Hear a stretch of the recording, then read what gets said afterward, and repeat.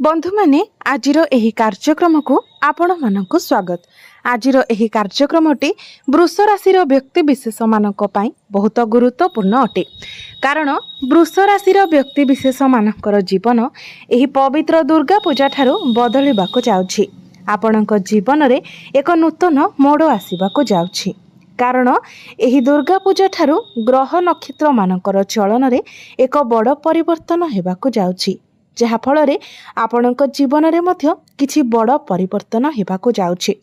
तो बंधु माने आपणक जीवन रे कोन सब बड़ परिवर्तन हेबाको जाउछि से विषय जानिबा पई आपण माने भिडियोटी को स्किप न करी शेष पर्यंत निश्चय देखंतु एवं भिडियोटी को लाइक करी चैनलटी को सब्सक्राइब करी दियंतु। कमेंट बॉक्स रे भक्ति एवं श्रद्धार सहित जय माँ दुर्गा निश्चय लिखंतु। तो बंधु माने आसंतु आरंभ करिबा आजिर एही कार्यक्रम को, जहां आपणकर जन्म राशि तथा चंद्र राशि उपरे आधारित अटे।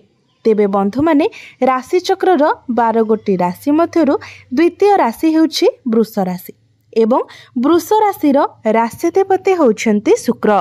तेबे बंधु माने शुक्र आपणकर कुंडलीर चतुर्थ भावरे केंद्र रे गोचर करूछन्ति, बहुत भल स्थिति रे अछन्ति। तो बंधु माने इम्यूनिटी सिस्टम तो आपणकर बहुत भल रहिबो, जेहेतु शुक्र बहुत भल स्थिति रे अछन्ति। किंतु आपणकर पंचम भावर अधिपति बुध आपणकर षष्ठ भाव को प्रवेश करि जिबे। षष्ठ भावटी होइथाय रोग, ऋण एवं शत्रुर भाव। तो जेतेबेले बुध आपणकर षष्ठ भाव को प्रवेश करिवे, आपणकर टिके स्किन रिलेटेड प्रॉब्लम देखा देई पारे, एलर्जी, इन्फेक्शन भली समस्या देखा देई पारे। एहा व्यतीत आपणकर अन्य कोनोसी भी स्वास्थ्य जनित समस्या देखा जाउ नाही। एही दुर्गा पूजा ठारू आपणकर स्वास्थ्य बहुत भल रहिबो। आपण निजको स्वास्थ्यवान अनुभव करिवे। पूर्वरु आपणकर जदि किछि जटिल स्वास्थ्य जनित समस्या रहितिला तेबे ताहा मध्य दूर होइजिबो। विद्यार्थी मानक कथा जदि कहिबा तो कुंडलीर पंचम भावटी होइथाय शिक्षार भाव। आपणक पंचम भावर अधिपति हेउछन्ति बुध। तो बंधु माने आपणक कुंडलीर पंचम भावरे सूर्य मध्य गोचर करूछन्ति। तेबे 17 अक्टोबर पर्यंत सूर्य आपणकर पंचम भावरे रहिबे। तो आपण जदि आपणक घर ठारू अधिक दूर रे रही पाठ पढुछन्ति तो ताहा आपणक पई बहुत भल रहिबो। किंबा जदि आपणकर किछि एग्जाम रहिछि एवं ताहा आपणक घर ठारू दूर रे रहिछि तो एग्जाम आपणक पई भल रहिबो। किंतु जदि आपण घरर पाखापाखी पढुछन्ति किंबा घरर पाखापाखी कोनोसी जगारे आपणकर एग्जाम रहुछि तो आपणको ताहा सेतेटा शुभ फल प्रदान करि परिबो नाही। कारण बुध जेतेबेले आपणकर षष्ठ भावरे प्रवेश करिवे तो बुधंकर दृष्टि आपणकर द्वादश भाव उपरे रहिबो। द्वादश भावटी होइथाय दूरर भाव, विदेशर भाव। तेणु जदि दूर रे आपण पढुछन्ति किंबा दूर रे आपणकर एग्जाम रहिछि तो आपणको ता अधिक शुभ फल प्रदान करि परिबो। शनिकर दृष्टि मध्य आपणकर पंचम भाव उपरे रहुछि। शनिकर दृष्टि को सर्वदा अशुभ माना जाय थाए। तो जेहेतु शनिकर दृष्टि आपणकर पंचम भाव उपरे रहुछि तो बेले बेले पाठ पढ़ारे आपणकर मन लागिबो नाही। पाठ पढ़ारे जेतिकी परिश्रम करिबा कथा आपण सेतिकी परिश्रम करिवे नाही। 9 अक्टोबर को शुक्र मध्य आपणकर पंचम भाव को प्रवेश करिवे। तो पाठ पढ़ारू अधिक आपणकर प्रेम जीवन एवं सांगसाथी मानक सहित आपण अधिक समय देई पारंती। बुलाबुली मौज मजलिस रे आपण अधिक समय देई पारंती। प्रेम जीवन कथा जदि कहिबा तो पंचम भावटी आपणकर शिक्षार भाव हेबा सहित पंचम भावटी मध्य होइथाय आपणकर प्रेम जीवनर भाव। तो आपणकर पंचम भावर अधिपति हेउछन्ति बुध। बुध आपणक कुंडलीर पंचम भावरे ही गोचर करूछन्ति। किंतु 3 अक्टोबर को बुध आपणकर षष्ठ भाव को प्रवेश करिवे। किंतु 9 अक्टोबर को शुक्र आपणकर पंचम भाव को प्रवेश करिवे। तो प्रेम जीवन को नहीं एई दुर्गा पूजा पर ठारू समय आपणक पई बहुत भल रहिबो। कारण आपणकर राशिर अधिपति शुक्र पंचम भावरे प्रवेश करिवे।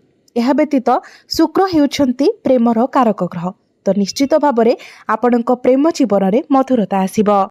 आपण निजर पार्टनर को प्रति बहुत केयरिंग रहिबे। प्रत्येक क्षेत्र रे आपण तांको बुझिबाको चेष्टा करिवे। आपण किंतु आपणकर पार्टनर को पई जेते जहा कले मध्य आपणकर पार्टनर आपणक मध्यरु कमी बाहर करिवे। कारण बुध एवं शुक्रଙ୍କ ମଧ୍ୟରେ 1-12 कनेक्शन बनिब।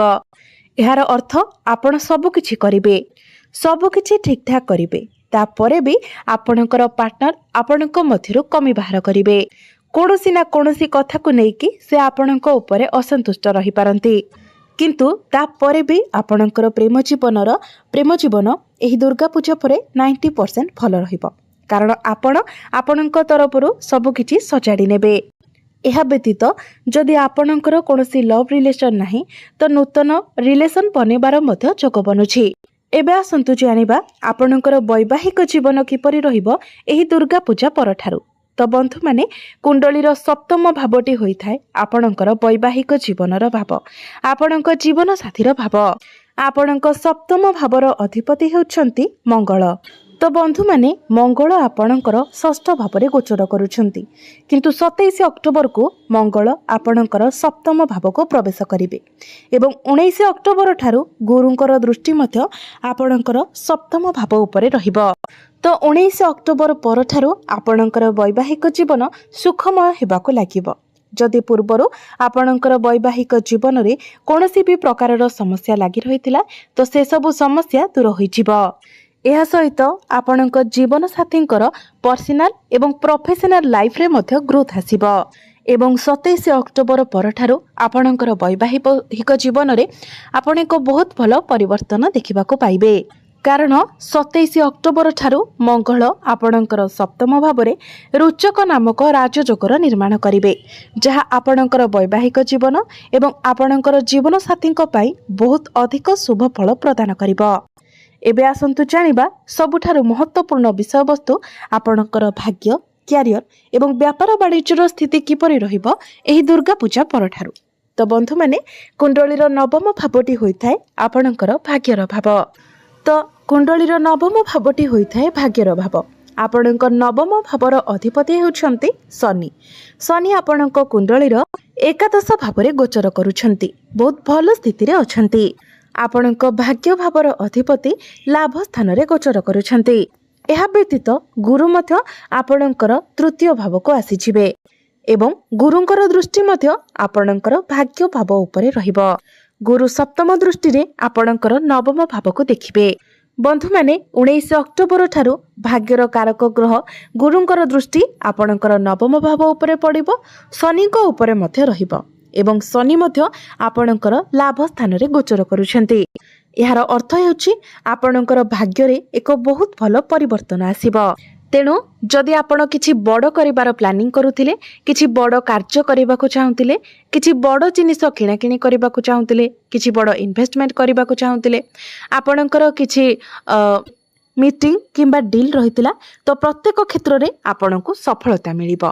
19 अक्टोबर परे आपण कोनोसी नूतन भूमि, जमी, प्रॉपर्टी इत्यादि किनि पारंती, नूतन गृह निर्माण करि पारंती, किंबा घर पाई कोनोसी बड़ जिनिस आपण किणाकिणी करि पारंती, किछि बड़ इन्वेस्टमेंट करि पारंती, किंबा पूर्वरु जदि आपण किछि पुंजी निवेश करिथिले तो आपणको बड़ धन लाभ मध्य होई पारे।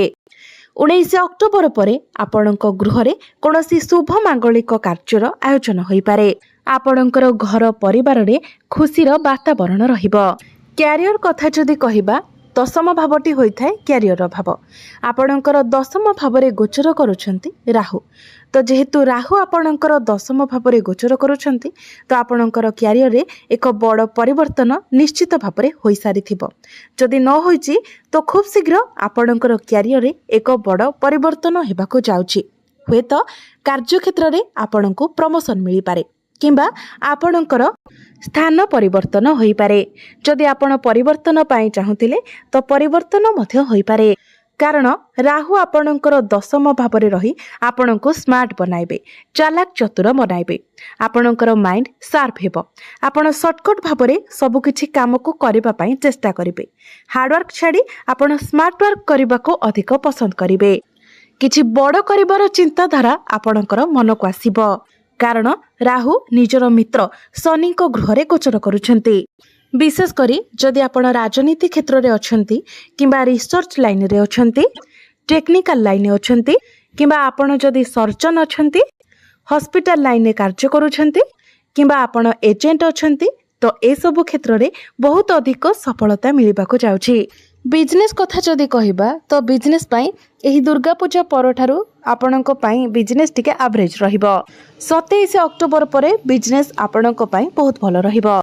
जेतेबेले मंगल आपणकर सप्तम भावरे प्रवेश करिवे सेतेबेले आपण आपणकर बिजनेस रे प्रॉफिट देखिबाको पाइबे। से पर्यंत आपणकर बिजनेस टिके एवरेज रहिबो। एबे आसंतु जानिबा किछि उपाय विषय जो उपाय गुड़िक करबा द्वारा आपन को अधिक मात्रा रे शुभ फल प्राप्ति हेबो एवं जो अशुभत्व गुड़िक रहुछि से गुड़िक खंडन होइजिबो। सेथिपई आपण प्रत्येक दिन शुक्रंकर बीज मंत्र 108 थर जप करंतु। प्रत्येक दिन आपण बुधंकर बीज मंत्र मध्य 108 थर जप करंतु। प्रत्येक बुधवार दिन आपण गोमाता को सबुज चारा खाइबाकू दियंतु। जदि आपण पारुछंती तो गोमातांकर सेवा करंतु।